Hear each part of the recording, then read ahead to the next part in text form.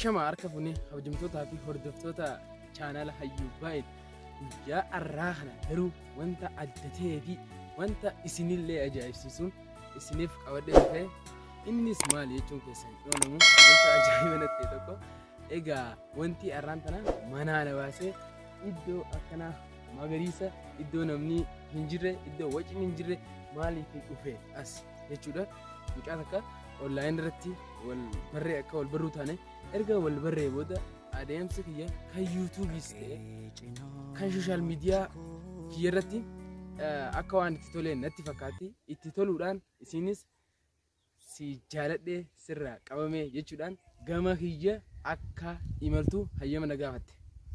Anis gaa hayyama godhee TV jira jechuudha. Naaf taatee jira si jaaladhe jettee gama kiyya dhufaa jirti jaalalaan jechuudha. Na jaalachuudhaan gama kiyya dhufaa jirti.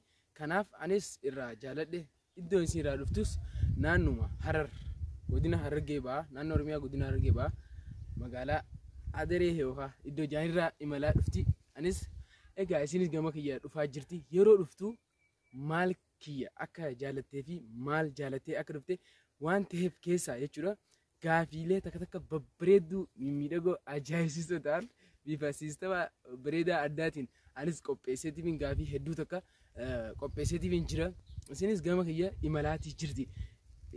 Boruu yookaan iftaan ta'us gama kiyya ni dhiyaatti. Yeroo dhiyaatte maaliif akka dhufte akkamitti akka na jaalatte eessaan akkaan ta'eef ni gaafadha jechuudha. Yeroo san gaa isinis turtiin keessan wajjin akka ta'uun abdii guddaa isinirraa qaba jechuudha.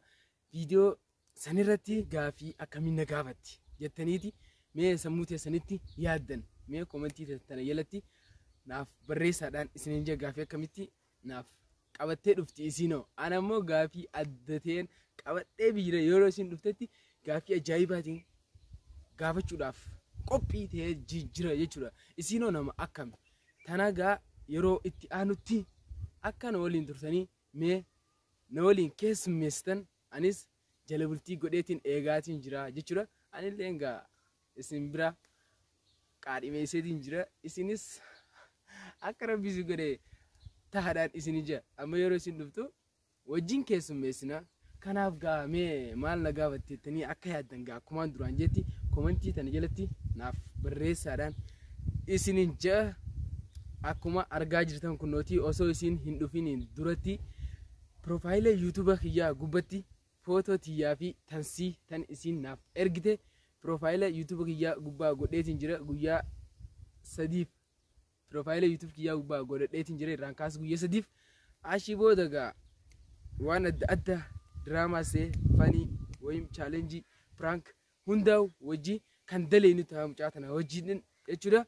Mee turtiin keessan hamma viidiyoo biraatiin walitti dhufnutti na waliin haa ta'u isiniin jaaladha isiniin kabaja. Hanqana na guddisuu keessaniif baay'ee galatoomaadha. Akka na wajjin turtan abdii guddaan isinirraa qaba. Bye bye.